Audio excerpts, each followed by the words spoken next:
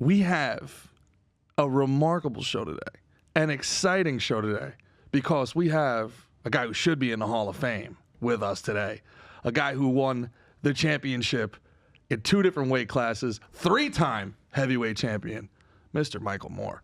What's going on? Hey, welcome, champ. Welcome. What's going on? Thank you. Thanks for having me. Oh, dude, this is so. It's the first heavyweight champ on the show. Heavyweight champ, man. Awesome. The baddest man on the planet. First light heavyweight champ as well. Used to be. You don't know, as you get older, that shit just deteriorates a little bit. That's all. Yeah, but you're the champ for life. Okay, Champ for I life. can accept that. You know? That's Yeah, good. hell yeah. Thank you. Let's get right into it. What did it feel like to be crowned the baddest man on the planet? That's so long ago. It's just, that was a big part of my life. Coming from Menneson, Pennsylvania, winning the heavyweight championship of the world. Yeah. That was awesome. Yeah. Yeah, it was big. It was really big. Yeah, but you beat a nobody, Evander Holyfield. Yeah, right? Yeah, just another, a can, as it were. Standing in there, you're looking across. Mickey has a great saying, because he's one of the only guys, if you don't know, in history who second pro fight he got into the UFC. He's had his entire pro career in the UFC, and got in at a young age. And as you like to say, Mick, idols become your rivals. Right. What was it? What was it? Look, staring across at Evander Holyfield as you're looking there. Well, leading up to it, you have promotional things you got to do. It's like, wow, I'm with Evander Holyfield and like Michael Moore.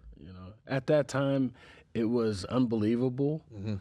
But once I carried on in my career, I was meant to be there. Yeah, for sure. Absolutely. Well, you followed a very similar path to Evander. A lot of people don't know he was a light heavyweight, a cruiserweight even, right, before? Yes, he went to cruiserweight. I bypassed the cruiserweight division. I was tired of losing weight. As a light heavyweight, I used to walk around 220 pounds and get down to 173. Wow. Woo. That's rough. Yeah, it was big time That's rough. We've talked about this. G doesn't mind losing weight though. No, fasting is my favorite pastime. It's true. It's I did a low intensity bagel dip into cream cheese this morning. It was fantastic. Oh, wow. Yeah, steady state carbo loading. Did it help? Fantastic. Spikes the sugar. Gives you a blow. Me and Mick we do talk about this though. Often on the show, we've talked about this with a bunch of fighters we've had on. Rashad Evans.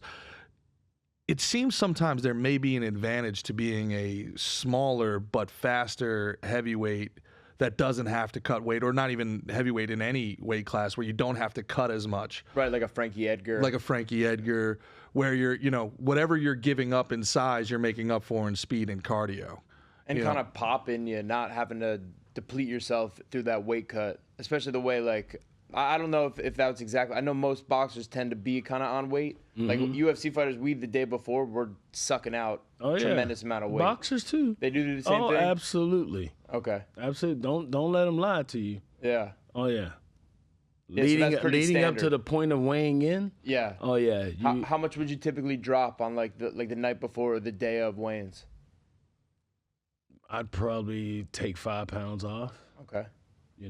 I didn't want the night before the fight, I was on weight. But leading up to that, oh man, it was bad. Yeah. Bad. Well, would you just go, you'd get fatter, you just eat everything and not worry about it, or? No, I would eat healthy, but it was just portions. Yeah, the portions. The portions. Yeah, gotta get all the calories we're burning. You gotta, put that fuel in. Yeah, I changed it up. I've learned over the years how I eat now and stuff like that. My breakfast is my dinner, and my dinner is my breakfast, because I got the rest of the day to work it off. If I eat early in the morning, like I had what did I have this morning? I had 2 pieces of sushi with eel. And I had, what's the noodle thing? Pad Thai. I had that. That was breakfast. That was breakfast. Nice. I can get on board with that. Yeah. Hell yeah. And then I got the rest of the day to work that off. It's like a car and gasoline. Right. Fill it up. You got the rest of the day to drive it. You're just eating twice a day? You're eating breakfast and dinner? Sometimes I eat twice a day. Sometimes once. Okay. But I can't. I got a problem. I can't taste or smell. Uh-oh. at all. Uh-oh. I can't. How'd that happen?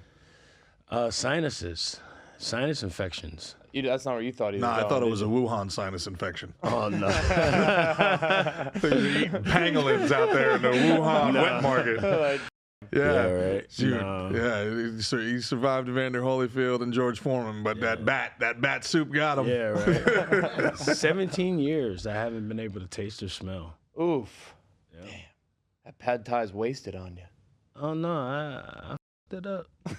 Yeah, would have made Vegas a little more tolerable. That's for sure.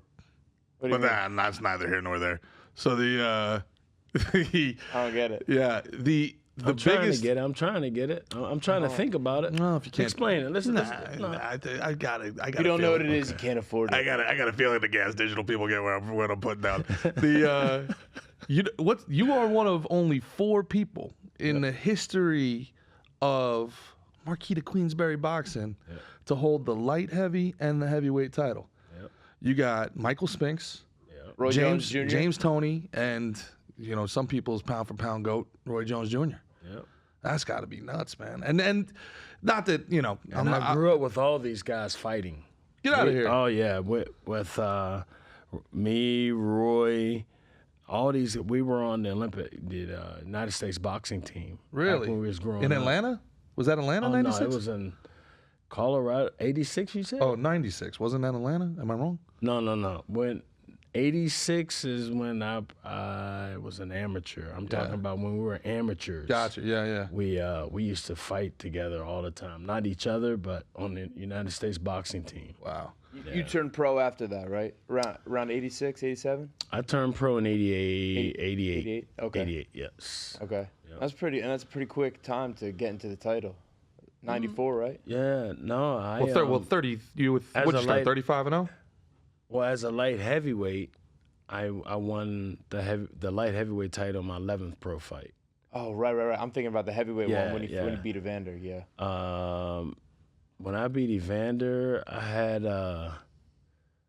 had probably 4 fights to lead up to that fight. At heavyweight.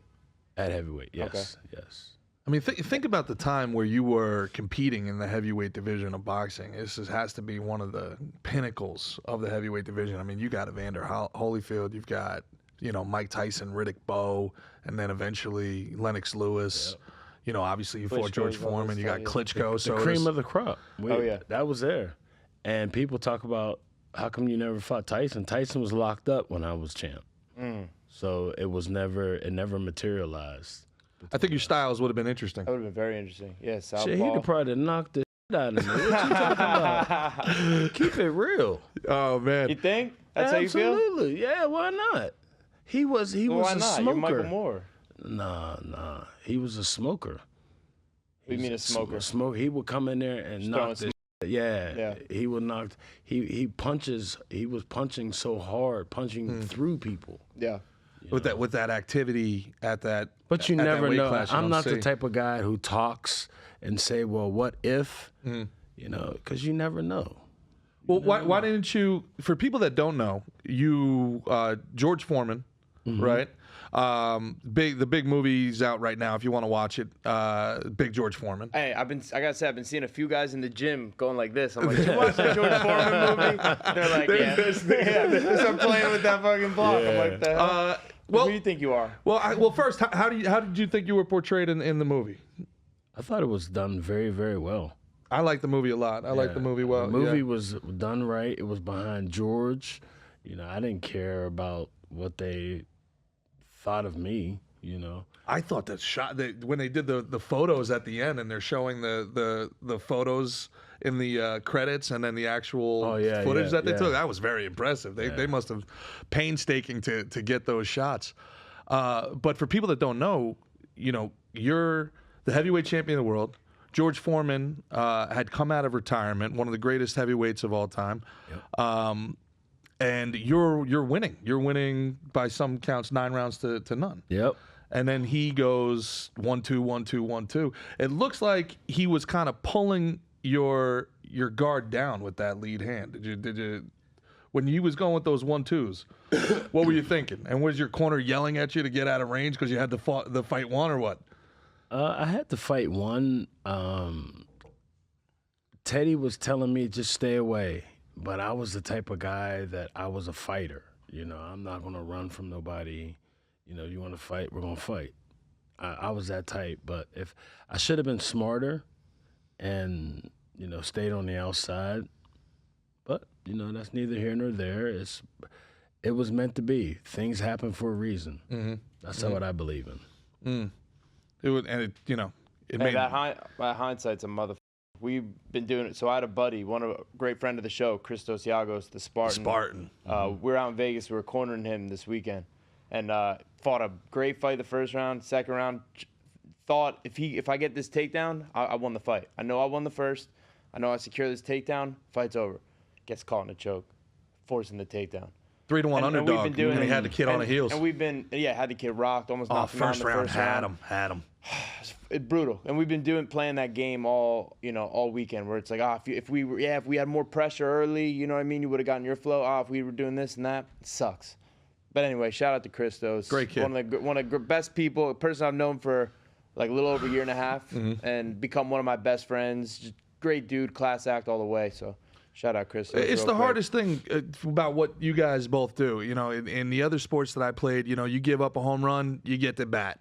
You give up a bomb on defense, your team takes the field on offense. It's you can be winning the entire fight, and 1-2 punches later, that's it. See you in 6 months. Yeah, you see how we're talking about it? A team sport to an individual sport. Yep. A lot of people don't talk about that. Yeah. That's totally different. Very much so. When it's in boxing, that's individual. When you're in that ring and you're fighting and you lose, that's on you. That's on you. But if you lose as a team, it's not on nobody. It's on the team. It's almost a shared experience. We can, right. Not as serious. Not as serious. Exactly. It's all on your shoulders. All on you. It's you. It's not the New York Giants losing. Right. And it's a lot of pressure over time. Where say if you lose a fight, like, man, what am I gonna do now? And you get down on yourself. A lot of people get down. They don't pop up and like, well, come on, I'm going to do something else now. Like when I lost, I came back and won that title again. It was in me to do that. Some people don't reach deep inside themselves to do that. They don't do that. Why wasn't a Foreman rematch? I mean, you were winning the fight. It could, Yeah, well, normally there's rematch clause. What's that? George didn't want to take the rematch. He didn't want to do it. So they end up having to pay me to step aside. And that's how that So you got happened. paid not to fight. Yeah, he got paid not to fight. That's pretty good. That's something you could get behind? That's something I can get behind. I can get behind sushi for breakfast and getting paid not to fight. Yeah. Now we're talking about diplomacy, gentlemen. Diplomacy. I got a question for you. Yes, so some of my biggest influences in my life have been guys that I met in the gym, trainers, coaches, whatever you want to call them, like been big mentors to me. You've had kind of the who's who in your career. Yep. You've had Emanuel Stewart, you've had Freddie Roach, you've had Teddy Atlas, you had the Duvas, right? Yep. Like what are some of the valuable things you learned from them, like the relationships you've had, anything? Yeah, you could, I've had great relationships with each person, each one of the trainers, especially Emanuel Stewart, because he treated everyone like family. Everyone. Love that. Everybody like family, and he was always so personable that you can go and just talk to him. You can go up to him anytime. He was that guy. Teddy was a great guy. He was more of a philosopher. The Benton, Georgie Benton, Lou Duva, they was fighters. They wanted to get in there and go fight, Interesting. So, and Freddie Roach, more of a boxer. So different styles of different people. You take pieces from all those guys. Exactly right. When you say Teddy was a philosopher, what do you mean? What do you mean by that exactly? Because I know when I hear him talk, he's very psychological, which makes sense coming from Cus D'Amato. That's a big part of him. Going back to those days, Teddy was taught being around a lot of people, so he picked up a lot of things from people, and he turned it into what he thought was going to be beneficial for him, and make it better for the fighter. Oh, Okay. yeah. Teddy knows what he's doing. Big time. Yeah. Oh, yeah. He was when he trained you, he must have been like in his 20s or so. I don't know. I don't know. I know he came in there. Probably late 20s, early 30s. Yeah, Okay. yeah. I know he was like almost like a what do they call that, wonderkin, where they like he kind of got past the reins to, from Cuss to like it was like, and you know he was just out of like the Golden Gloves, and they were like, all right, you're hurt, you can't fight, you train, and he just like jumped headfirst into that. Because he was with Cuss. Yeah. So Cuss got him going. Yeah. That was a time when Cuss was like, he was like temporarily, he was like kind of retired, like half retired, half in there, but still training some guys, you know? It was an interesting time, man. I always find that stuff really interesting. What you say, G? No, well, to that point, is there any difference in the styles that causes confusion if you're going from different trainers and coaches, or are you so confident in your kind of style and approach at that point that you're just taking a little bit of their input, but you're in control of it? Well, I was a southpaw. Being a southpaw, most people didn't have the ability to fight southpaws. They didn't want to fight southpaws. And I always had that advantage because I knew that they didn't train a proper way. The only person who was smart enough to do it was Evander. When he fought me the second time, he went in there and he studied coming from a southpaw position. He studied me, and he went out there and he did everything he was supposed to do. A lot of people don't do that, you know. Evander's the type of person that if he puts his mind to something, he does it. And in boxing, if you were able to do that with that, it's all about your mind. If you put your mind to do it, I did it. It's about imposing your will on somebody else, really? Yeah, a little bit. What is You're it? saying more like in any particular thing, or if like he had that like hyper focus, and he'd manifest that and create that, whatever he decided. He's like, this is some shit I'm doing. That's the thing we talk about, the untapped potential of the human mind. There's so much like, if those people that have that strong mental and can really, you know what I mean? There's That's like me. I have like that magic. mental capability that if I say I'm going to do something, done. If I'm going to stop drinking, done. If I'm going to stop smoking, done. If I say I'm going to do it, I do it. You know. Do you believe in manifesting, like putting it out there in the universe and like, you know? I'm a private guy. I don't need people all knowing my business. You don't need the universe knowing. Yeah. Because people are always going to talk. People are always going to talk. I don't care about what people talk about, but know what you're talking about. You know? Do you think your private demeanor is kind of why maybe you're not as, I don't know, what would be the term, famous or well known as? Yes. Yeah? Yeah. Because, I mean, your record stacks up with anybody from the late 80s and the 90s. And I can't think of another southpaw heavyweight champ. Klitschko. Vladimir. Klitschko was? Klitschko. What about before you? Who was the last one? I was the first. You were the first one. I was the first southpaw heavyweight champion in the history of boxing. Wow. That's all right. Not to be in the Hall of Fame. So you're not in the Hall. So you're one of only four guys. The International Boxing Hall of Fame. Yes, yeah. I'm in Florida's Boxing Hall of Fame and Pennsylvania's, but not the big one. But it's fine. Wow. But Mickey Ward and Arturo Gatti are. We gotta make a push for that. That's we got people For need what to know. though? For what? Why not? Because it's a museum and people deserve to know. But you know, Yeah, now that's you're stories. That's history. But now you're on Slick and Thick, so everybody's gonna know. So it's fine. Yeah. We're gonna put a whole new generation. A whole new generation. You're here, baby. What else? Yeah, what else right, you need? Why do you want to go sit and give a speech in front of 17 people in Springfield when you got millions and millions of juggalos watching? There you go. Said jugglers. Is there anybody that you wish you would have fought during your time that you didn't get a chance to? No. How would you have handled a guy like Lennox Lewis with that long jab, or a Tyson Fury with that length? It just seems pretty tough. See, I put this on social media the other day. Boxing needs a super heavyweight division. Amen. Why? Talking our language. Yeah. Open Amen. class. Amen. You need a super heavyweight division because as an amateur, you have light heavyweight, then you go to heavyweight, then you have super heavyweight. Mm-hmm. Why not bring that into pros? Why would you have a cruiserweight division? It's 200 pounds. Okay, you go light heavyweight, you go junior heavyweight, and then you go to heavyweight. 200 pounds up to 250. 250 and above is a super heavyweight division. It doesn't make sense. Somebody 6 foot fighting a guy 6'7", 83-inch reach compared to a 76-inch reach. Yeah. That's bullshit. It doesn't make sense. Why not have a super heavyweight division? Well, because Rocky Marciano didn't need to be 6'7". Hey, I think it's going to benefit boxers, and I think it's a benefit the sport. You Yeah, want to see the it's gonna biggest, be- yeah. baddest guys out there.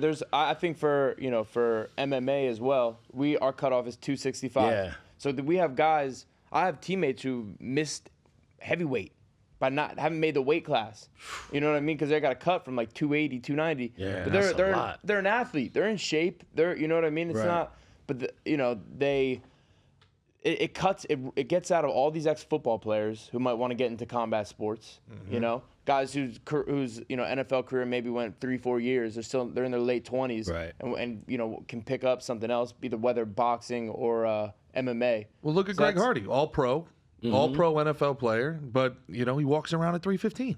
Yeah, he had a terrible time making 265. Hey, look, Brock Lesnar said, if I didn't have to cut to 265, I'd have fought again. I mean, Yeah. what would that have been worth to Dana White and the UFC to have Brock Lesnar headline 2, 3, 4 more? Super where he doesn't- heavyweight, Empire So why MMA not- coming That's it. soon. Open So class, in the baby. So in MMA, what's the heavyweight division? 265. So 220 205. is it 205? 205 or 206 is light heavyweight. So then 207 to 265. Most guys around between That's a lot. I know it's That's kind of weird. a lot. Well, that's why John Jones, he took 2 years to put on 40 pounds, he said. Yeah. That was Yeah. the idea. He went from... It's just we're made different these days. This day and age, we're bigger people, bigger bone people. Mm-hmm. You have to have a different heavyweight division for bigger guys. It makes sense. And it's fun. It's fun. It Don't makes you want to sense. see the big guys swinging and Yeah. banging? Yeah, I don't like the cutoff either. I think that'll change in time. It's got to. It needs to change now because there's big fights out there that can be made. Who in particular? Who are you thinking about? Well, look at you got Tyson Fury fighting Francis coming. up. Ngannou, yeah. Yeah. Yeah, that's a great fight. Who y'all picking? Well, Fury. You think Ngannou's got a shot? Nah, not a shot. Not a shot? Not a chance. Not a Not chance. a chance whatsoever. Yeah. You don't- Fury in boxing, Fury in Yeah. MMA, and Exactly. Easy. Exactly. So, you know what I mean? They should That's a have to do no-brainer. 1-on-1, right? They should have to do one. Speaking of that, what are your thoughts on Jake Paul? You think? That's my thoughts on it too. Yeah, whatever. You think it's legit? These things are legit. He's a legit boxer. You think he deserves his flowers? He has abilities to be a great boxer, a good boxer, not great, but a good boxer.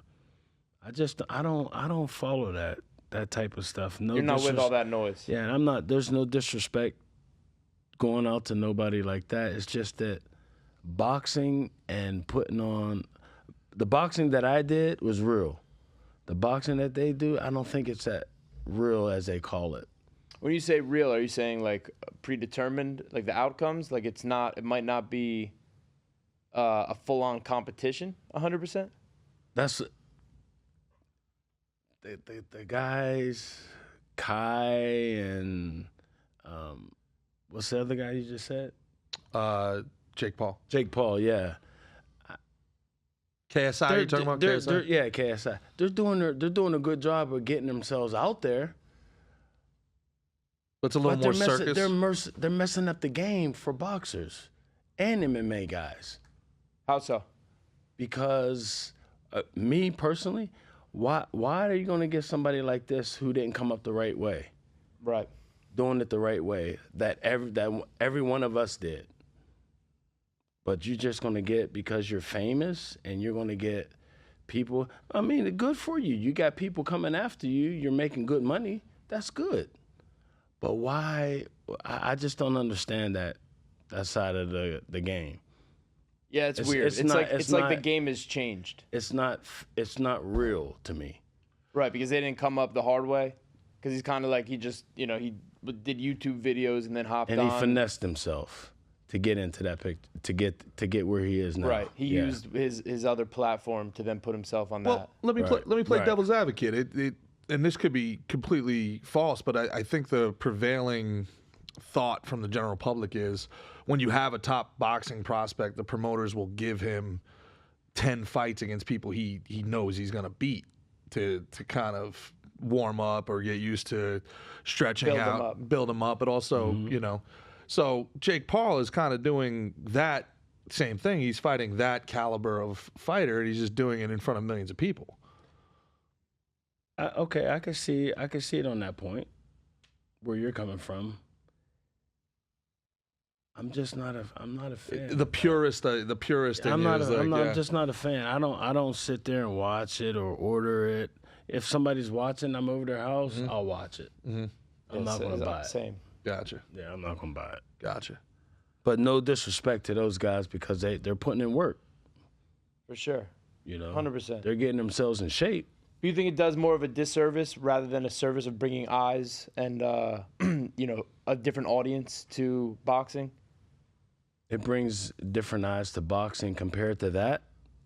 What do you mean? Like him doing it, being this YouTube guy. Him who? Jake. Okay. Jake Paul. Him deciding to box and stuff. Bringing a different audience that isn't an audience of boxing purists. See, I feel two ways on it. I feel one way it's gonna grow the popularity of combat sports and boxing in particular for the younger generation. But at the same time, it's bringing these fans that are a little, I don't know if that's the fans you totally want. It's about the younger crowd now. I'm 55. I'm moving on out. It's a younger crowd now. If this is the way they do it, this is the way they're bringing. Yeah, the game has changed drastically. Yeah, big time. To the point where, there was like a fight of the year almost every month, I feel like, in the 90s when I was growing up. Absolutely. Every weight class, and I can name you 5 fighters in every. I can't name you 4 fighters anymore, really. You can't name 4 boxers? I can name you, that's not true. I can probably name 7. Classes. I could probably name 7. But I could have named you 7 middleweights in the 90s. Yep. You know what I mean? I could have named you there. It seems like and guys you wouldn't even think, like David Tua. David Tua was a bad mother sucker, dude. Like David Tua knocked me out. David Tua was a bad man, dude. Yeah, people don't realize. He could punch. Yeah. David, sure can. And you don't think of David Tua like short and compact. Samoan. Yeah. Fucking strong. Dude, who was that guy who looked all juiced out of his mind? That Polish dude who was like always hitting guys in the nuts. Galata. Andrew Galata. Galata. Galata, it feels like would be like a top 3 guy today. It's like these guys were. You guys were. It was deep. It was a deep division. Yeah, dude, people don't remember like Riddick Bowe. What Riddick Bowe did to people, man. Think about if you have a super heavyweight division now. Yeah. Compared to a junior heavyweight junior heavyweight division. Well, I also, if I remember correctly, your fight against Foreman was the 2nd largest weight differential in heavyweight history at that time. I don't know. I think it was. Primo Carnera outweighed somebody by like 70 pounds. Oh, yeah, he was a big guy, yeah. And then I think George. We were talking about Primo a couple episodes ago. Yeah, Primo. Big guy, yeah. That was a big man. And then Big George and you, I think, was, 40 pounds, I think it was. I was 222, and he was 267, I believe. He was exactly whatever he had to be. Yeah. Yeah. He was, maybe a little more leaning on the towel just to get a couple extra, Yeah. Man, what did it feel like getting hit by Big George? Even at 45, you could probably still stick, huh? A lot of people they ask that question. They say, "Who hits the hardest?" If you get hit by anybody at the right spot, you're going to get hurt. You know that, right? Facts. Yeah. It doesn't matter. He didn't hit me the hardest because he knocked me out. No, he hit me in the right spot. Well, he's just known for having, Yeah, about heavy hands. Heavy punch power. Yeah. Yeah, that was the thing with who was the other guy that they talked about all the time and wasn't necessarily the best boxer, but they said, man, this guy, what the hell's his name? Everybody talks about a pure puncher. Yeah, just heavyweight. Yeah, well, I actually think it was a middle. No, well, Deontay Wilder, man. I can't believe Fury got up from that. That was well. That was one of the coolest things I probably have ever seen in sports. Wilder The swears to God it was Fury-Wilder 13 seconds, but yeah. Getting hit and seeing Fury get up, he's laying there. Fury's fighting like a perfect fight, avoiding the danger, avoiding that big shot. He gets caught. He's out. Does the Undertaker. And then all of a sudden, that like 7 or 8 whoosh, just starts. Yeah, one of the craziest things I ever saw in sports. Do you think there was anything that to the gloves that Wilder was talking about?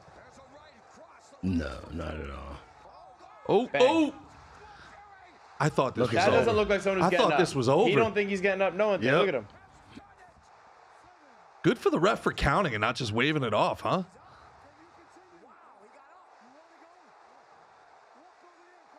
It was on there. And then he wins the rest of the round after this. How's that possible? And Deontay can hit. Bronze bomber. Yeah, he can hit. Yeah. Yeah, that was one of the craziest things I've seen in sports. I can't think of one much better than that. Just everything about that, you know, like it was amazing. Do you get juiced up when you see like other fighters having good battles? Do you when you watch like Ward Gotti? When you were watching that? I mean, you know Emanuel Stewart, obviously one of the greatest calls of all time, and now it's Gotti's turn. Like it's a sad thing. No more HBO boxing. That's another one of my vestiges from my youth. Oh my God, I loved HBO boxing. Jim Lampley, ESPN boxing. Oh, USA boxing. Oh, man. You miss all that stuff. They don't have boxing like they used to on TV anymore. Nah. It seems Europe is kind of grabbing the mantle from us. Yeah, I wouldn't know. I don't know. It was the American century in boxing, and now it seems Europe is outside of the middleweight where you got Gervonta and you got Bud Crawford. You know what Bud did. That was incredible. That was something. Yeah. That was an ass whipping. Wow. I went to that fight. Really? Oh, yeah. How'd it look in person? Bad. Very one-sided, huh? Walking, when you saw Spence, I had Spence. Walking to the corner and looking at his face, instantly you knew there was something wrong. As a fighter, you know. And I just looked at him, I was like, oh, shit. And so I didn't think nothing of it. The first round, didn't think nothing of it. And after the second round, it was a masterful boxing lesson. Masterful. And that was it. If a kid wanted to learn boxing today, the sweet science, who should they YouTube? Who should they watch? I couldn't answer that. There's a lot of people in boxing who say that they can train people, that know how to train people, don't know nothing about training. Really? Yeah, don't know nothing about training. You know, it's balance. Balance is very important in boxing. A lot of people don't know about the balance. Once you get your balance right, have your feet the right way, you know, it's totally different than MMA. Totally different.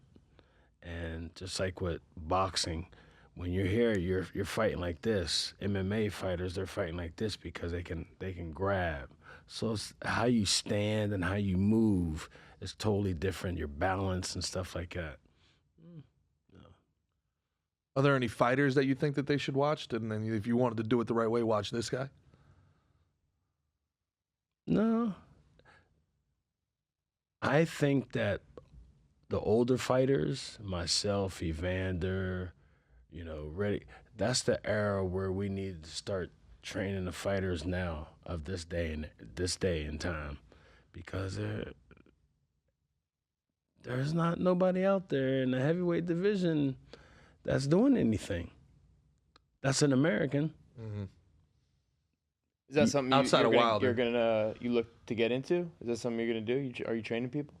I train people, but not any fighters, just regular everyday people. Okay. You know, but I'm willing to. I'm willing to train. The right guy comes along. Absolutely. Yep. Nice. When you see the MMA guys striking and you see their box, what do you think of the MMA guys trying to transfer over into boxing? We saw McGregor. It can happen. It just has to be taught.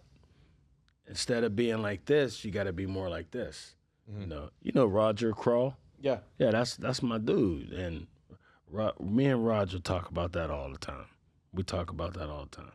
People keeping their hands closed, and when you're punching, hitting like this, you're going to break all that. You know, the wrist coming down, everything's here. For boxing, everything's there. It's a twist. So you have a closed fist here. Yep. We often have open hands until Exactly. the point of impact. Then Yep. we lock it out. Yeah. But you're closed the whole time. I'm always here, always. As soon as I put my hands in the glove, I'm always here, just like this. Okay. And I never open my hands. Did you see that shit. guard Nelson was working with against Padilla? He had his hands open like this. It was almost like he was like creating a tunnel. It was like this on him and stuff. Oh yeah. It was very interesting. Because when you're like this, and when you come, you're gonna hit like this, and that's gonna break all this, the wrist, the hands like that. Did boxing kill itself because the UFC? Everybody knows the UFC champ is the champ in MMA. Did boxing kill itself by never having a real lineal champ tournament with the WBA and the IBF and all of these different? I don't.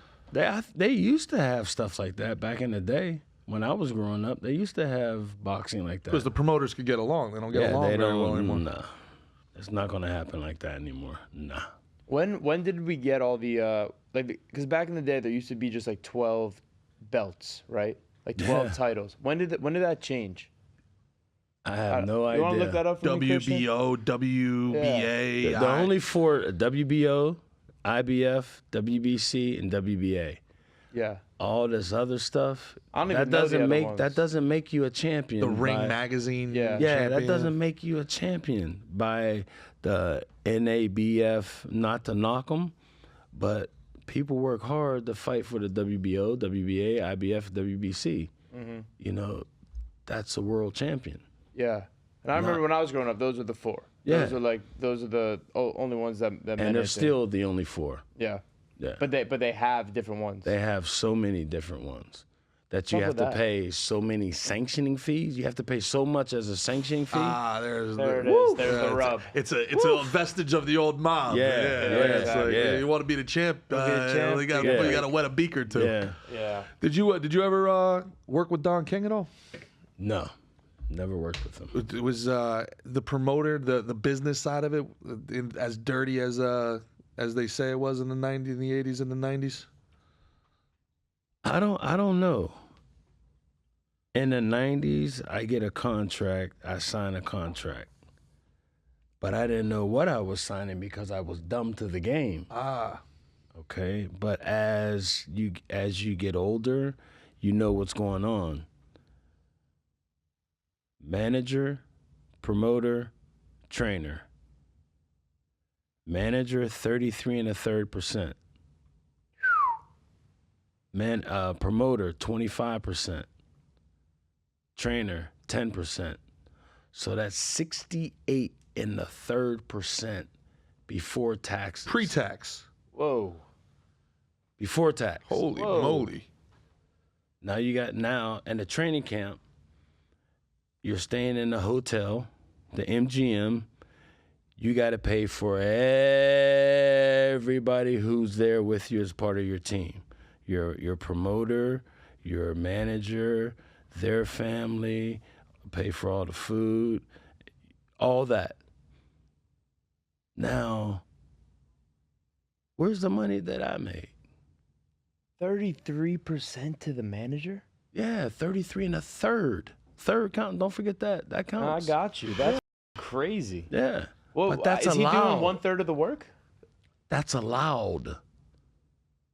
How, is he doing 1/3 of the work? What's the justification for that? He should have to They take one set out of up a every three fight. punches. They set up a fight. They make a phone call. That's it. 33 1/3. That's a pre-tax. hustle. Yeah, that's That's terrible That's how crazy. the boxing game is going. So Terrible. that still exists. I would imagine so.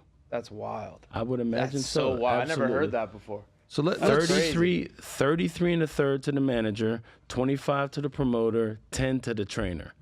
so let's just say it's $1 million purse. Yep. At $1 million purse, unless you're fighting in Florida where there's no state income tax. If Yeah. you're in New York, That's why most athletes come to Florida because of tax reasons. you have to. You have to. You have to. Absolutely. Nevada, I think, is okay. Vegas is the same, no income tax. Yeah.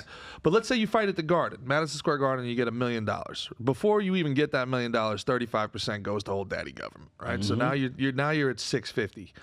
So if you're at 650, but he gets 33 And a third so he's And you getting said before taxes, right? before taxes. Yeah. so so you that's gotta- half of the post-tax purse to the manager. It's And they pay no taxes on that neither. it's really a 50-50 split.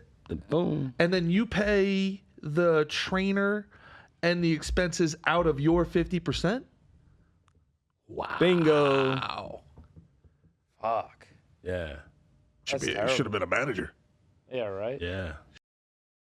So that guy's walking out. unbelievable. That's So like, mind blown. you fight for the heavyweight championship of the world. Let's say it's $1 million purse. I know it's more than that, but let's say it's $1 million purse. Mm-hmm. So that guy is the government's walking out with 350. Your manager's walking out with 350. Your trainer's walking out with about 100. No, I'm sorry. You said the trainer gets 20%? 25. So the trainer's No, walking 20 trainer gets 10. Okay, so who got the 20? Promoter. Promoter, So the 25. promoter's walking out with 250. So let's start over. The government, you $1 million purse. 33 and a third. Government gets 350. The 25. manager gets 350. The promoter gets 250. The Trainer. gets 100. Bro, that's And then you that's gotta pay. that's less than 100,000 for you. Yeah. Easy. So you're getting less than 10% of the total purse? Yep. Holy moly. And Holy this moly. this has been going on for years. And the reason why I'm not in the Hall of Fame probably because I talk about it. That's why. I talk okay. about it and I bring it up and Yeah, they don't like that. No. I just somebody called me one day and said, "Hey, Michael, can you come on up here to the Hall of Fame? Just as a guest." They wanted me to come up as a guest, but told me the year before I was nominated, but never made it Don't make any sense. at all. And I didn't know about it. First Southpaw champion. Yeah. One of 4 guys, light, heavy, and heavy. Mm-hmm. 57 fights, 53 wins. Yeah, something like that. I don't know. I don't know what else you can do. It's You gotta because keep your mouth shut. You gotta not keep talk your mouth- about the talk about the thing. But Hey, why should I keep you my get mouth shut? Hey, You I get don't think abused, you should. and I'm you just get answering abused the question. quietly. Yeah. I'm answering the question on what would have made a difference. If I keep my mouth shut, that means that I go into the Hall of Fame. Imagine that. I don't need to go into the Hall of Fame. I did Agreed. what I did already. Yeah. I respect it. I No, did that. we respect that completely. Yeah, Be I bold. did Yeah. that. Be bold. Speak your truth. Absolutely, man. I'm not gonna sugarcoat nothing. People know me. I'm a no nonsense type of dude. I'm not a bullshit. I keep everything real. I'm honest. I'm an honest guy. I'm a real person. You know. If You you don't That's what like it's about, that? man. That's why you're on the realest podcast right now. That's Real. what it's all Yeah. about. Keep it real. Yeah. Keep everything. Yeah. Talk I'm the the talk. realest talk. dude you Power would to ever truth. meet. Power to truth, man. Yep. That's what we're about. We're about truth, not Yep. bullshit. Yeah. Talk that talk. That's right. That's messed up, man. That's messed up. I mean, so they told you were nominated, and then they were like, "Hey, if you want to come in, we'll get you a cup of coffee." Maybe They wanted me to come there. I said, they're gonna pay for the gas. I said, "You paying me to come there?" No, we'll buy your ticket and put you up in the hotel room, but you're gonna want me to buy all my food and give back to you guys. Just come on out, man. You have a good time. Well, I'll think about it. So there's a fight coming up on the 30th, which is gonna be Canelo and Charlo.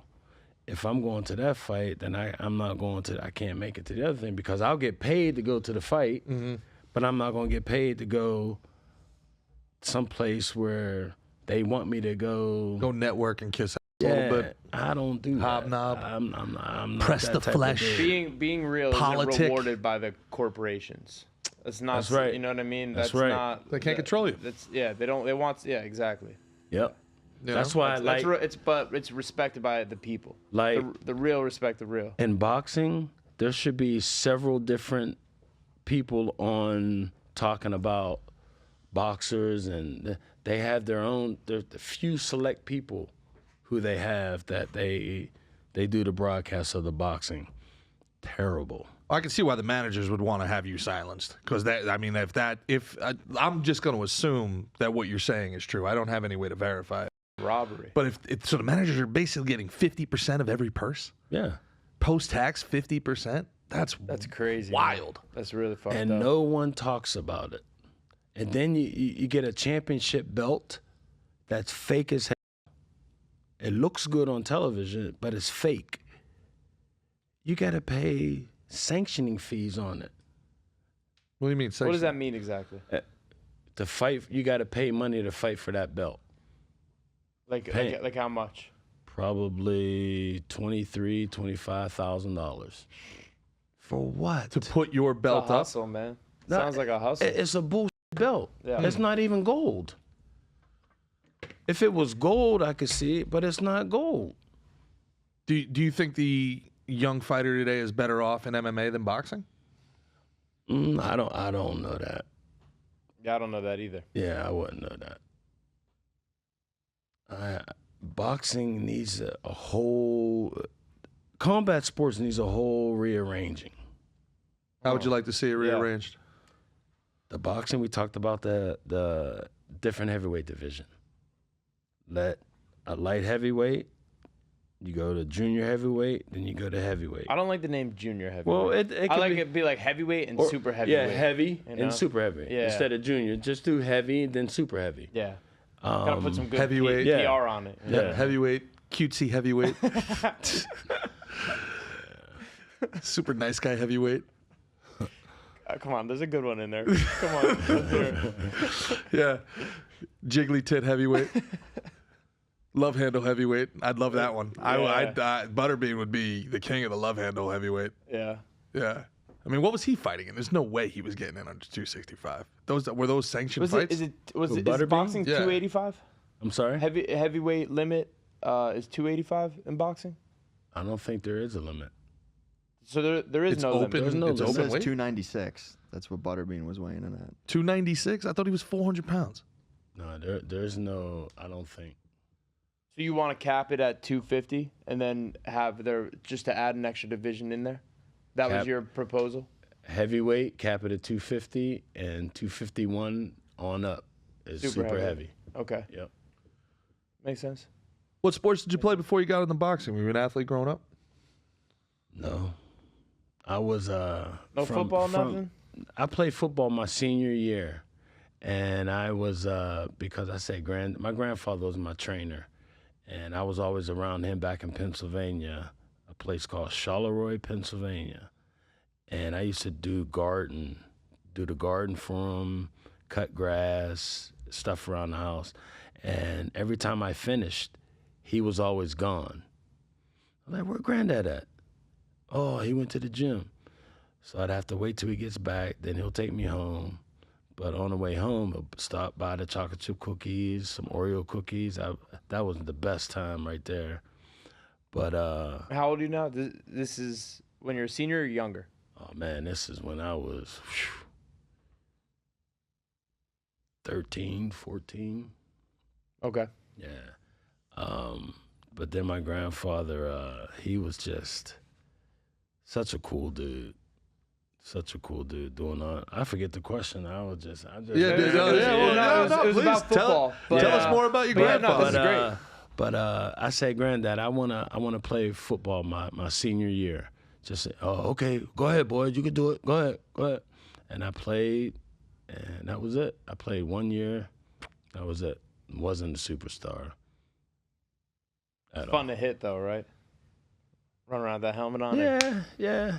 It was a good I time. loved hitting. Just experience it. Yeah. Experience it. Now your grandfather was a trainer. Yes, he was So my you come from a trainer. boxing family. Yep.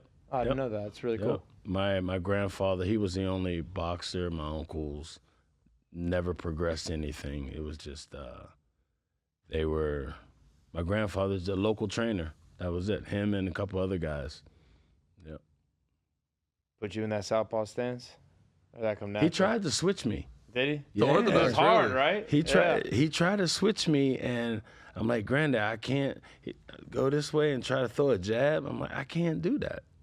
I couldn't do it, and I stayed southpaw. Ended up working out. Speaking of jabs, were you with Emanuel Stewart? Was that one of your like first big trainers? Mm-hmm. Yep. What was the like? You were with him, and then you're with like what was you were last with Freddie Roach? I was with Emanuel, Teddy. Who was after Teddy? Duva before Teddy? No. Duva after? Duva after Teddy. Then what's the guy from California? Freddie Roach. Yeah. Roach. Yeah, that was it. So with Emanuel, he's like that's Kronk Gym. They're big on the jab. What are some of their philosophies? I actually have a Kronk shirt in my bag over there I got from Roots of Fight. And every time I wear it in the gym, Strout's like, you better stay on that jab. You're wearing that shirt. Emanuel knew he had special people in his gym.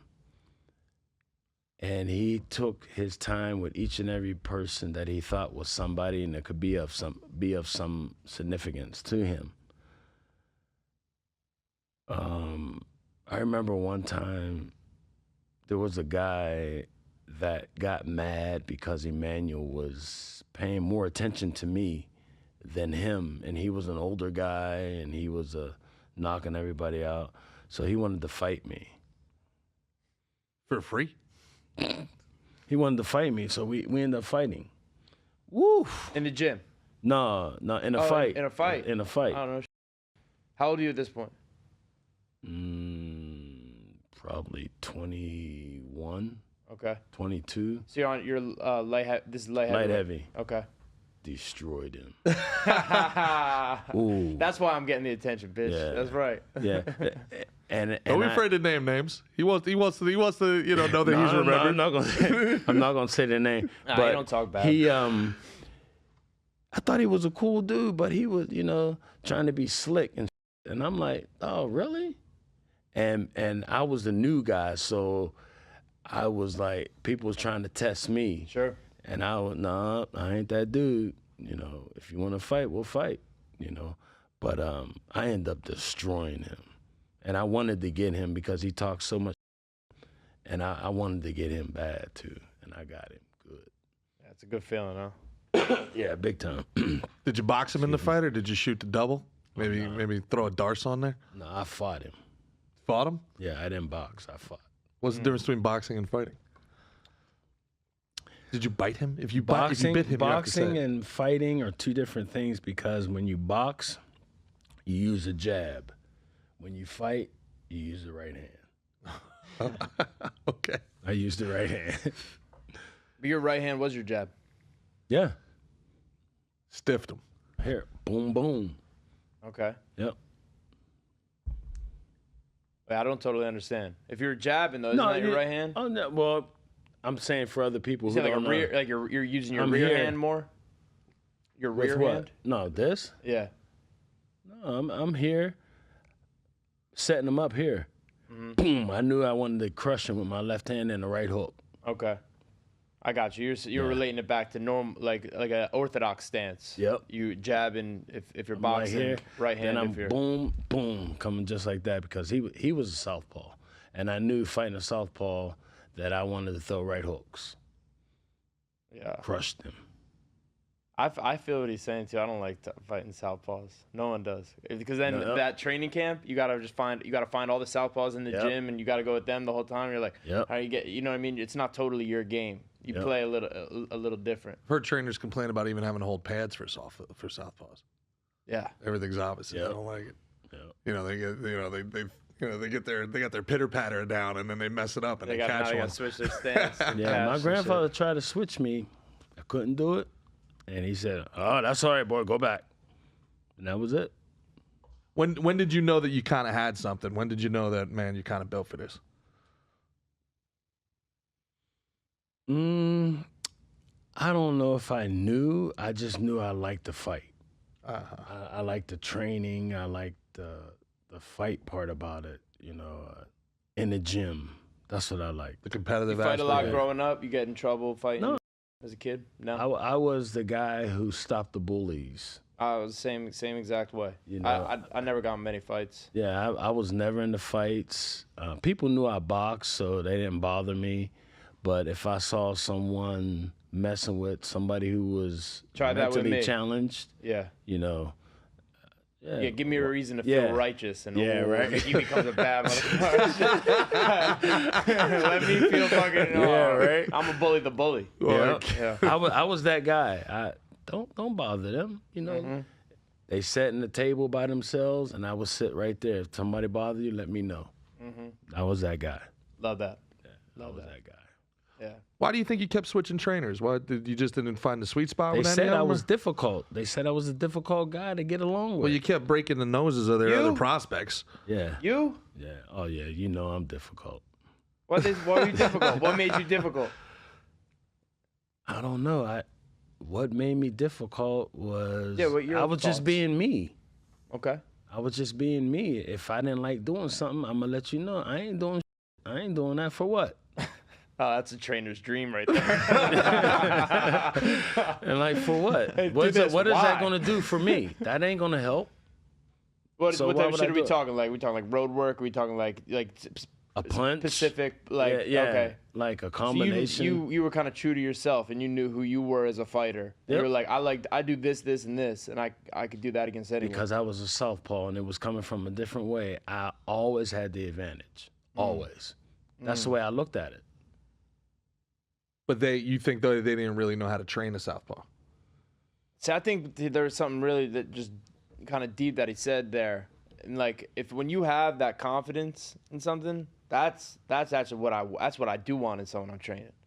You know what I mean? Yep. I want that confidence. You need to know you got something special. Yep. You know what I mean? Like that's championship shit right there. At the end And of yes, the- it can spill out into you being difficult, and you know what I mean. But it's But I really knew an who attribute. I was. I knew who I was, and I knew what I was about to do. I knew my abilities. I knew how to fight. I knew what to do, how to do it, and when to do it. Also, they don't say, Emanuel Stewart lost or, Teddy Atlas won. It's you. Yeah. So you Michael Moore. you got to do what you feel comfortable doing. I'm the only one that took the beating. It all came down on me all the time, but I never let it come down on me. I lost. That's part of the game. You win, you lose.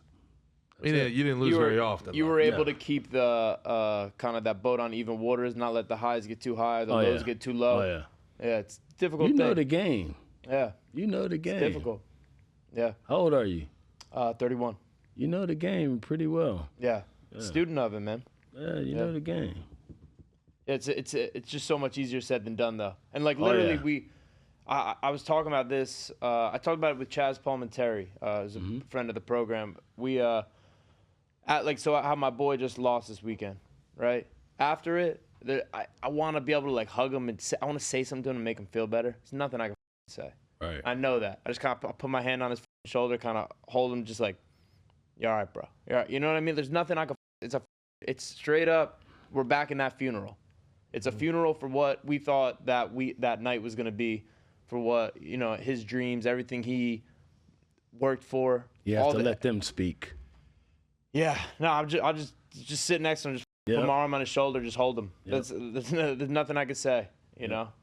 I just don't know how you guys in that business go the months afterwards. You got to sit on that for the months waiting for your next competition. It's a job. Yeah. Sorry to interrupt you. I was thinking about this the other day. I went to Pennsylvania when the day you saw me, that Thursday. I was up there with one of my best friends, and he had, his kids, his wife, the kids. I missed that, because when I grew up, I always was on the road doing this, doing that, never being around my kids, and just being around, listening to the interaction with kids, and Man, that shit was so good. That felt so good. I missed that. Really? Oh, yeah, man. I missed that. I never had a chance to do it because I was always gone, always fighting. Focused always. on, well, you were focused on being the best in the world or something. Yeah, but that doesn't mean nothing. You don't think it means anything to be the best? Not at all. Why aren't there benefits for boxers? There's football players, they got benefits.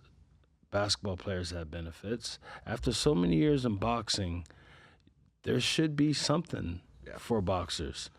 I thought Jerry Kuna was working on something like that. Health insurance. There's something. There should be something. I thought Jerry Cooney was working on something like that. But you're absolutely right. Yeah. I mean, yeah. And that's only a very recent thing for football players. I mean, the old school guys. There's so really much struggled. money being made in every sport out there, and they don't want to give it to the people who deserve it. It's terrible. So you think the sacrifices that you made to become the heavyweight champion of the world, in retrospect, you don't think it was worth it? If I had to do it all over again, I would never have been a boxer. Really? Never. I'd be a businessman. Because in business, in life, you have to meet people in order to achieve things and do things. I would want a regular job to help other people. You know, when I come back in time, when I die and come back, that's what I'm gonna do. I want to fly a fighter plane, and I'm gonna help people. That's what I want to do. You say it like you can't do it right now. No, I'm too old, man. My body's a wreck. 28 surgeries Oofa. from boxing. Oh, yeah, total knee replacement. My hands are all jacked up. Yeah. So how would you want to if like you said, when you come back, how would you want to help people?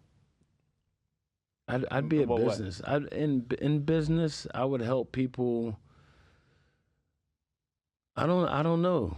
I don't know in what capacity. I want to fly planes, and I want to just help people. You know, there's a lot of people who need help these days, and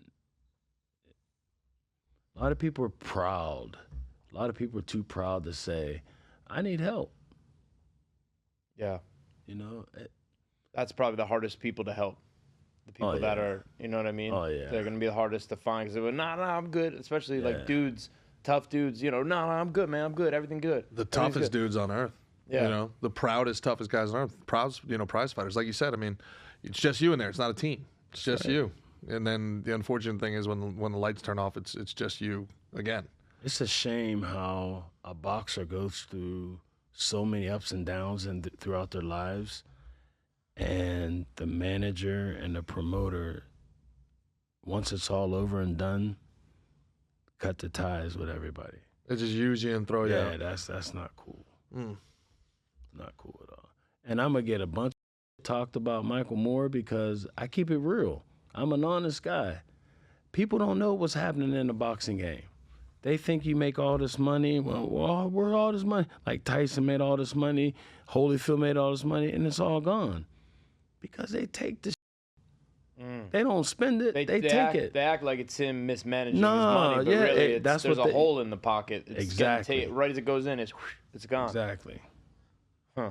You guys have you talked about Tyson, you guys have such an interesting perspective because you've lived such a unique life. There's only a handful of people on the planet that have lived the type of life that you've lived. Right. And the perspective that you have. So, I mean, you've literally reached the pinnacle of human achievement. Yep. And your takeaway from it was it's not worth it. It's really not. Huh. You don't have nothing left from all of it. Nothing. You don't have the people you grew up with. You don't have the people that supported you. You don't have nobody around because that's all fake. I don't deal with fake. Like they just wanted to be hanging out with the champ. Yeah, because you were the champ. That's it. That's it. Yeah, and gotta all the keep girls. that grass low. Watch out for all those snakes because a lot of people are gonna want to come in when you're hot. And that's right. Yeah. What were you gonna say about the girls? Oh, you get all the women. They want to be around you because you got the women. Oh yeah. There's got to be some perks too. There's got to be some perks to it. Oh, of course. I mean, you all these things are perks too, but it's a double-edged sword. Yeah. Yeah, exactly. There's so many Double-edged sword. women. Oh no, it's the worst. Yeah, but there's so many. There was so many good things, but there was also so many bad things. Sure. You know, people don't see the good. People don't see the bad. I mean, I know what it was about. Young, good-looking dude, champ. I mean, you could have gone into acting, I imagine. Somebody had to probably be telling you could have been doing endorsements, acting. Well, you're not taught this stuff when you're fresh to the game because they want to take total control over you so they can dictate. They don't want you to go this way. They want you to go this way. You're talking about like managers? Managers, yeah. Managers don't want you to go stray away to do something else because they can make the most money off of you. Yeah, they want that 33 1/3% and want you fighting and taking these. Yeah. Where's the veteran boxers in this? Where's because you guys have to have a tight knit community. Where's the veteran boxer trying to talk to you? There's a lot of us heavyweights. Yeah. Myself, Riddick Bowe, Evander Holyfield, Ray Mercer, Roy Jones. We all get together and go to the fights. Like we may go to the Canelo fight together, and we just do. We're trying to do things for the game of boxing. So we'll see what happens. Give back to the sport. Yeah, because we got a lot of guys who know the game, and we've been there. Yeah, to make sure that what happened to you. I'm capable that I still got my screwballs up here, and I can talk. A lot of guys can't talk, but I can be the voice for them. Sure. You know.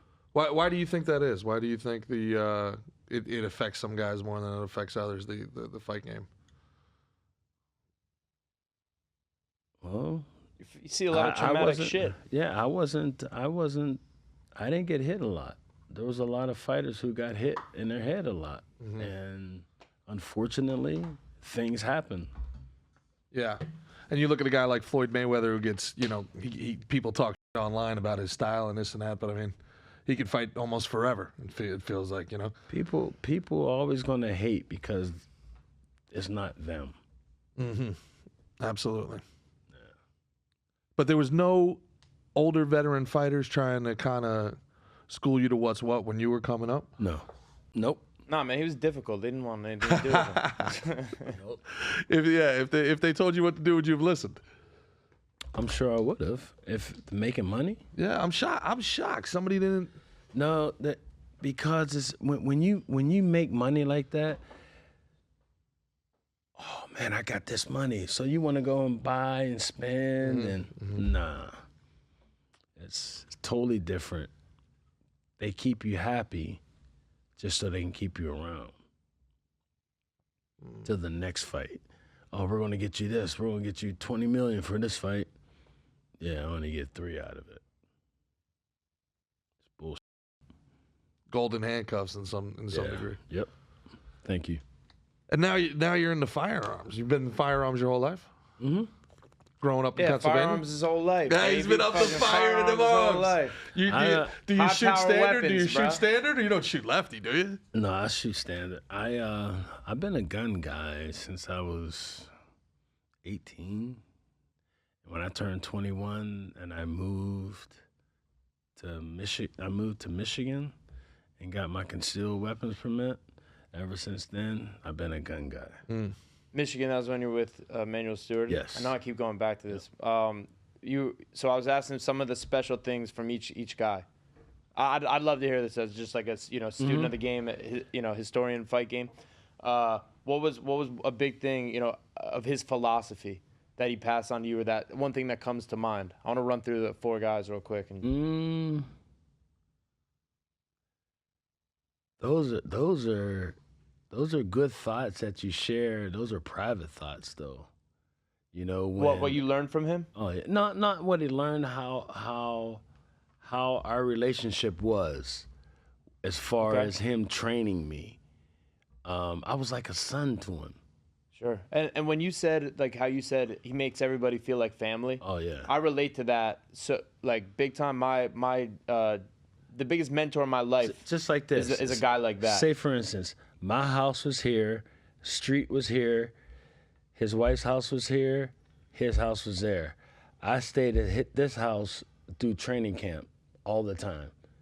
I'd stay downstairs in the basement. I'd go train. My house would be right here. I never used it. Okay. He was just. That's how tight you guys were. Yeah, he was just a guy that brought the best out in everybody. If he saw talent in you, Emanuel brought the best out in you. You'd help bring that all to the surface. All the time, because he knew he had an eye. If he saw something in you, he was going after you. Love that. Yeah, my personally, David Adib he's like a second father to me since so I was 16 is when I linked up with him, and I still talk to him every week. Like whenever I'm in Jersey, that's my guy forever. Right. But he had that same quality where whenever, and you can speak to him because you know David. Whenever you're with him, you feel like you're the most important person in the world, like to him. Does that make sense? He has like that charisma and like that magnetic He also quality. has a way to communicate what he's trying to get across that, Bathroom, right through the back. Yep. Yeah, man. Nat, do we have anything from the comments while we take a quick break here? Is Nat with us? Is Nat with us? Where's Nat been? Where's Miss Nat at? Where's Nat been? Where Nat at? Nat's getting prepped for sleeping? Vegas. Nat's getting prepped. She's here. I had her muted. Where you at, Why Nat? would you mute her, dude? I was muted. Unbelievable. That Christian's trying to sabotage That you. shit is trying to sabotage. Yeah, Christian's like, I'm the producer. I'm the producer now. No. There's some people in the chat. I'll see if they wrote anything. Go for it. Yeah. Yeah, I think you from a different perspective where you're just a civilian and you just get to know Christos as like a friend, as a great human being. It's like, bro, I wish I could, That's really the it's helpless. thing. It's a helpless feeling. But that, like, you could put it on 2 cameras. That was one of the things, like I said to him, like, literally, like, I know there's nothing I could say, but anybody who knows Christos, you love him. Yeah. You know what I mean? Antonio said this too. He had a great week, with Antonio, the Spartan out there too. Great guy. Just like anyone who has a problem with Christos, what the fuck's wrong with you? Big time. There's something wrong with you if you have a problem with Christos. Big You know what I time. mean? He's one of the sweetest guys ever. Just a great man. And it sucks that we went out there, everything went perfect. Camp went perfect, fight week went perfect. We went out there and came up a little short.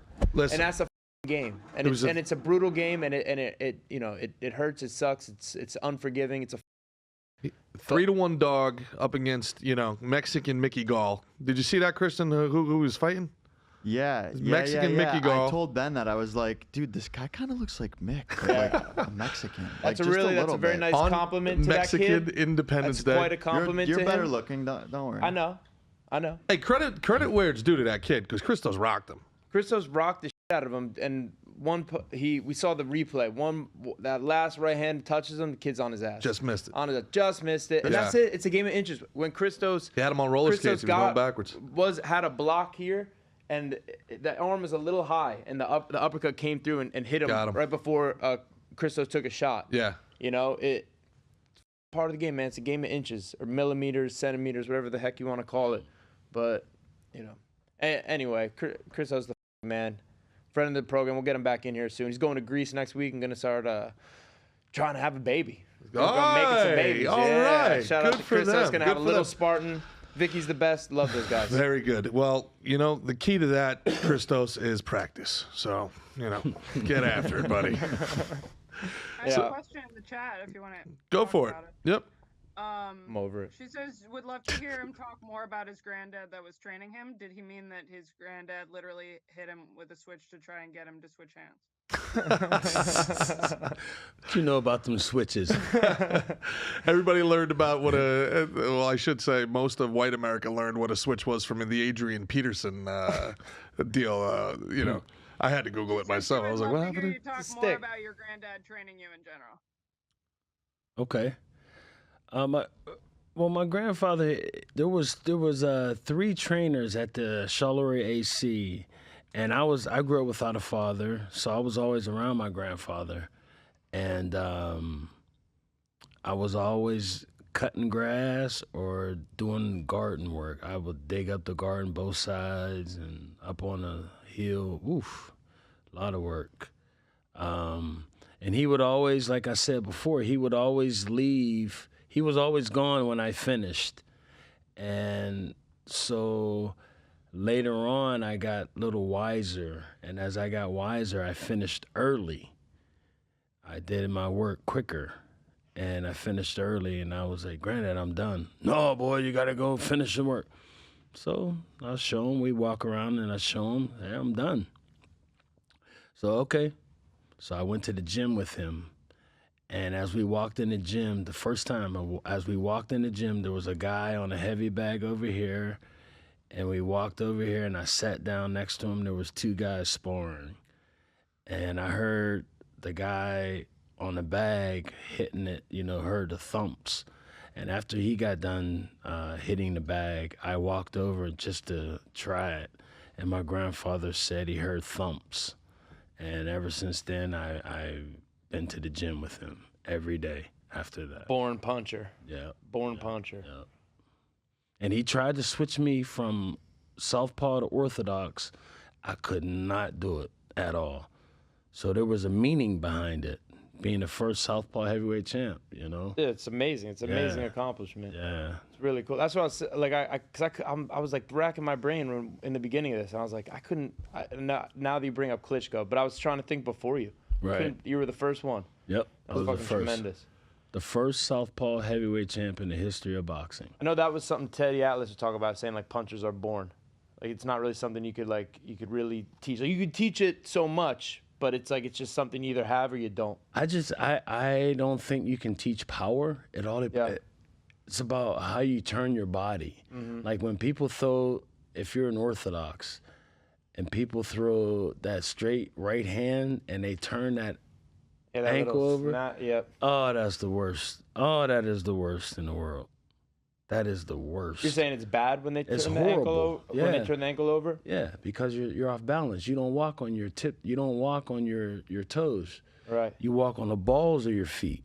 Right. So that's how you got to turn it to the ball right here. So all these people are getting taught incorrectly. Totally incorrect. Interesting. I mean, I can show you if you want to see it. Of course. Hell yeah. All right. Yeah, But you got to punch Christian though. So there's. I don't get paid to hit. I got 5 on it. That was good. Yeah. Like this. Where'd I go? We got. Come right here. this So way. the Face this way. Yeah, perfect. Right there. Christian, can you? That's as far out as I can zoom. So if they're like this, and when they do this, and they see that foot right here, and they go like this. Yeah. They turn it over. Turn your ankle out. You're very heavy on that front foot now. Yeah. How in the hell are you gonna get power doing that? You don't walk on your toes like this, so that's gonna make you off balance. Right. You walk on the balls of your feet. This is the ball, right here. This is the ball. So I'm always gonna be here. Mm-hmm. This back foot's always gonna be up. Always gonna be up right here because I can move any way I want. Just like that. I'm not gonna be here. Right, dragging it. People do this. No, it's this way. You gotta have everything this way. So you're moving in, moving out. Mm-hmm. This can't bounce. Can you show the perfect example of it? Of throwing your left hand? Oh, right here. I'm coming here. Boom. Yeah, it's all in the hips. Right here. Dropping. Right, using your legs, you're kind of bang, Just like that. like a piston. I'm on the ball. This is the ball. That's good shit right there. Hey, you moving good, champ. That's what I was about to Moving say. smooth, baby. We already discussed it. The heavyweight division's a little light. And that's a cool thing, and it I actually will brings me manage back. you and only do 25.5%. We got a Hell of a discount rate deal right going today. Discount rate. Pre-tax. You're a generous guy, dude. Hey, that's what I try to do. I try to be, what do I got to do? But now, that actually reminds me, I don't want to pry, because you said before when I was asking about Emanuel Stewart, you're saying some of it's kind of private, right? Personal to you. Mm-hmm.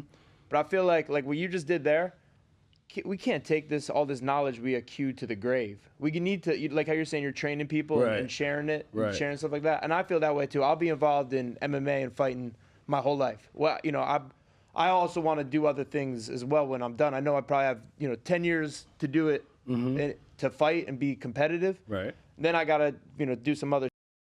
But I always want to be involved and want to be given that information that I've learned from all these great people. Like I just got to learn something from the champ right there. You know what I mean? Like I have a buddy of mine who was training, and he was on Instagram. He was showing a guy how to do something. I'm gonna show you. Hell yeah. He was showing a guy. He was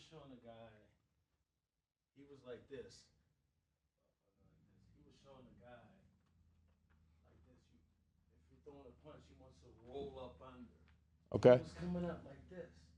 I'm like, if you're rolling, you're not moving your feet. You're still standing there. So no matter if you roll this way, you come up, you're gonna get hit here. No matter if you roll this way, boom, you're gonna get hit. The right way to do it, I can't do it. So the right way to do it, if you're taking a step out, you move both feet. Step. Yeah, here, both feet. For balance. Both feet. You don't want to be in the same position. If you make that move here, you haven't moved this. You're still going to be here. You're going to get hit. This is the right way. Step. Take your feet with you. Yep. That's the right way to do it. Hell yeah. Please. Man, Slick and Thick fans didn't know they were getting a Yeah, right? lesson today. Hell yeah. I'm eating this up. I'm loving this this. is a master Mickey class from the podcast champ, right baby. now. Hell yeah. Oh, it's a Mickey pod. It's a Mickey pod. Yeah, we'll talk about Lauren Boebert's titty gropes on Thursday. Yeah, save that shit. Yeah, so we were saying, is there anything more from Emanuel that maybe you would be willing to share? Just I picked up things on my own too. Like when people throw uppercuts. Let's go, baby. Let's go, baby. We need a front microphone in this bitch. You could turn yours maybe if you want. So Yeah, that'll help.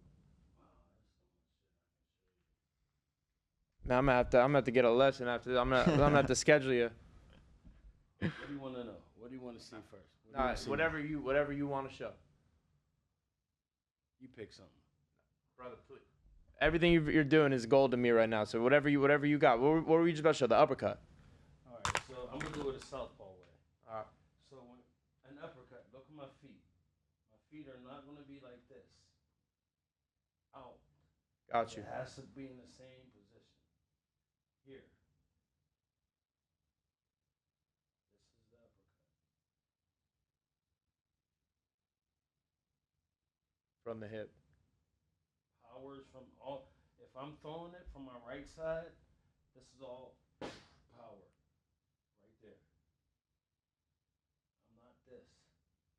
Right. I'm not doing this. I'm not coming over like this. If I'm here, take a step. Both feet. Boom. Right here. You don't open up like this.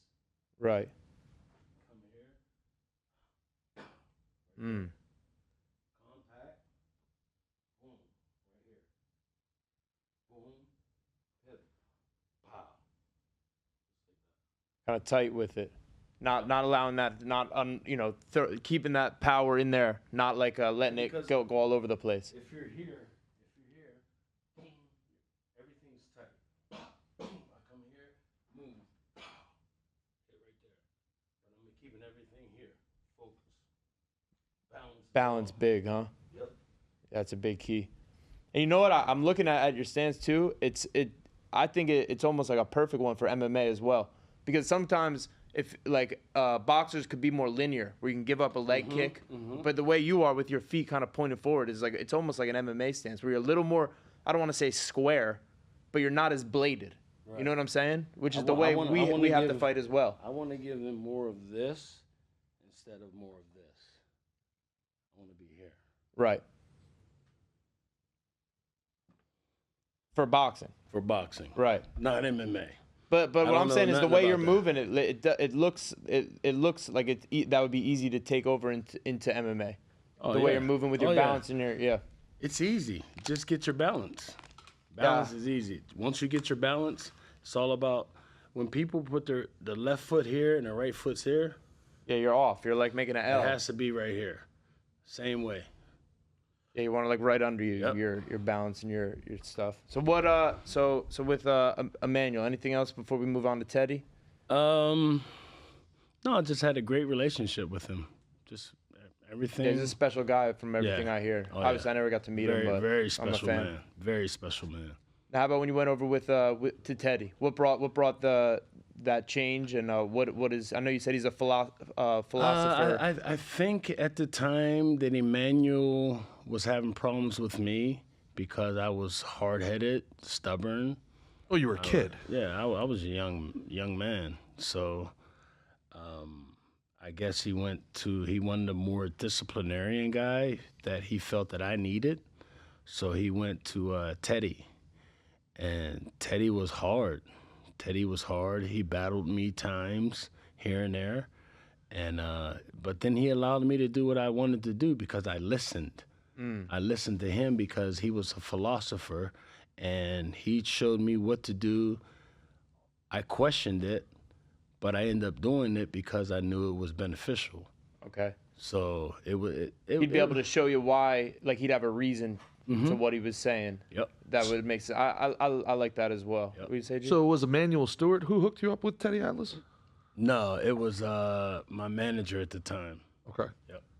Because I imagine these guys are all competing for the best talent, right? Right, Because right. you know, there's really, like you said, there's 4 or 5 premier trainers in the boxing game. Yeah, but Emmanuel had the best guys out there, the best gym. Yeah, Tommy Hearns is one of my favorites ever. Yep. Long striker, big power. willing to engage. Yeah. Yeah, his that war with Hagler, one of the best minutes of combat sports you ever see. So how about Duva? You said he's more of a fighter. Duva, yeah, it was Lou Duva and Georgie Benton, and they were more of. Georgie Benton was a trainer, so they was more of, well, have him do this, have him do that. It was more of an older style. I really didn't comprehend. So that didn't go over too well. Not anything bad or nothing. It's just that I couldn't get with that. You weren't as receptive to it. It wasn't. Yeah, I hitting wasn't. Yeah, with you exactly. I the way wasn't as you'd hope. receptive. Okay. Yeah. And then Freddie Roach. Freddie brought in. I was more boxing. Other guys, I was more fighting, but I was more of a boxer with Freddie. Freddie took time with me to allow me to put punches together and put combinations together. He was a combination guy. Put combinations together, and he was good for my game at that time. That's something I just kind of had a breakthrough with punching in combination. Where, and actually, this is a credit to Christos, my buddy who fought this weekend. He talks about not looking to land his first 2, but his 3rd and 4th shot of his combination. That's the one he's really looking to land with. So he's almost like looking to steer him. Like if you throw like the 1-2, then come 3-4 hard. You know what I'm saying? But you'd want to be able to hit him with all 4 punches. Yeah, ideally. Yeah, you can. So what do you think in reference to that? It's all about step and balance. Okay, putting yourself in the right position to land all the shots. Yep. Okay. It's about moving as you're punching. Okay. On balance with those little steps. Yep. It's not big steps as you're going for a walk. It's little steps. Little micro movements. Yeah, little steps. Yeah. Yep. Interesting. Before we wrap up, I want to, and this has been incredible, man. We got to have you back sometime soon. Thank you would so love much to for come back. Thank you I so gotta much. I gotta find you in the gym one of these Yeah, days well, and go pick your brain some more, man. This has been amazing. Mickey does some videos for jiu-jitsu tutorials. Maybe you guys can get together and do some striking tutorials. That'd be pretty sick, man. That'd be what's up. Hell yeah. I just want to do like a quick lightning round. First thing that comes to mind when you hear this name, just throw it out there, right? Let's go. Roy Jones Jr., go. Exceptional man. Exceptional man. Yeah. Interesting. Great dude. I've known Roy for many years. Underrated rapper. Underrated rapper. yeah, Underrated Hell rapper. yeah. Dude, that What song can't slaps. that guy do? Yeah. Can't be moved, can't be rocked. Oh yeah. Yeah, love Roy's that a track. good dude. Roy's a real good dude. I got throwing in there James Tony. Good dude too. Yeah. Yeah.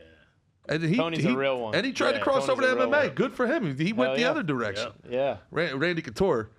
Yeah, Right. Randy Couture shot that low single Randy quick. Couture. He didn't Randy want Couture's nothing like, to we're do not with- throwing hands here. No. All these guys, all these boxers know that Michael Moore don't play.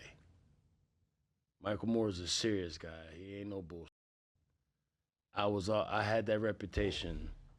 You know, he don't play. Michael don't play. Don't go bullshit with him. He ain't that type of dude. You know, because I was the type. You know, you disrespect me, I'm gonna disrespect you. Do you feel like you got the respect you deserved as a fighter in the media? No, not at all. Not at all. I'm not worried about it though. No, well, it's, you know. It's something that it was part of my life at that time, Mm-hmm. and now my life is over with the boxing. I'm trying to get into the training part of it. Yeah, now, yeah, and we'll see what happens. for sure. Yeah. For sure. I mean, you got great knowledge, and you have the vision to see what someone's doing and be able to correct. I guess you talked about David Adib before. The thing that David Adib does probably better than any coach that I've had, well, outside of a couple guys I had in the Cardinal organization, is they can see what's going on, know what you should do, but be able to communicate it to you in a way which you can connect those dots. There's a lot of guys that can tell you, well, you should do this. And you're like, well, I am doing that. And they're like, well, no, you're not. And I'm like, well, I don't know what to tell you. I am. You know, you're telling me to keep my hands up. My hands are up. And it's like, no, they're not. You know, I posted something the other day. Deion Sanders, you see how big this move that he's made in Colorado? Oh, my God. Okay. Now, Average ticket price is $600. It was $100 last year. Yeah. Now, he knows what he's doing. In the boxing game, there's people who are like that boxed, that know the game and know how to train people. I'm speaking of myself. In boxing, they have the people who they want because they can tell them what to do and how to do it. Gotcha. That's not the right way to do it. Well, I don't completely understand. I don't understand. well, I think what he's saying, well, go ahead. I don't want to put words in your mouth. Go ahead. I want to hear it. See if you understand it. I think what you're saying is that they're afraid that a guy like you will tell young fighters what's really up with the game. Yep. So they don't want to have you around Yep. because they want these people to be vulnerable and be marks. Yep. Think about something.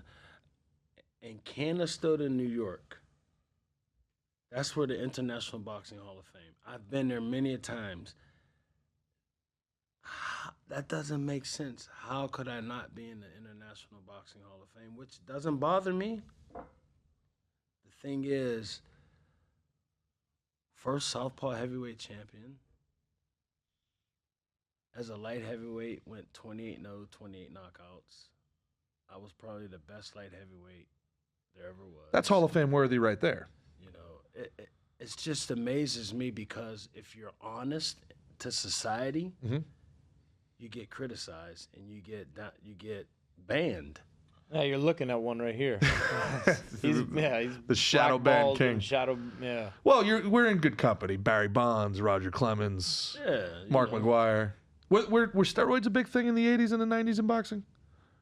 I don't know. Were there guys that, you know, Tommy Morrison, I think, was known to take them. I heard Tommy Morrison. That was it. I never heard of anybody else. Really? Yeah. Huh. Well, did you never fought Tommy Morrison? No. No.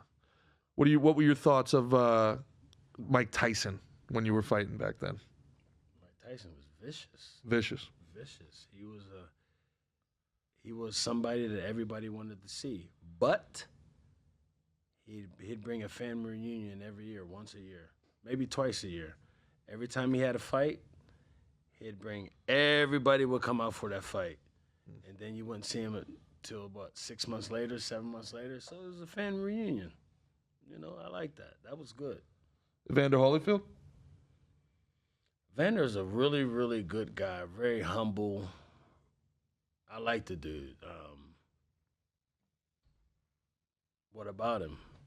Well, the first thing that comes to mind. Hey, Oh yeah, we're still in that lightning round. If you didn't. He's just a nice dude. You can't say nothing bad about him. Yeah. He's just a nice dude. Just every time you see him, hey, Vander, how you doing, champ? What's Humble, up? God-fearing man. Very, very. Yeah.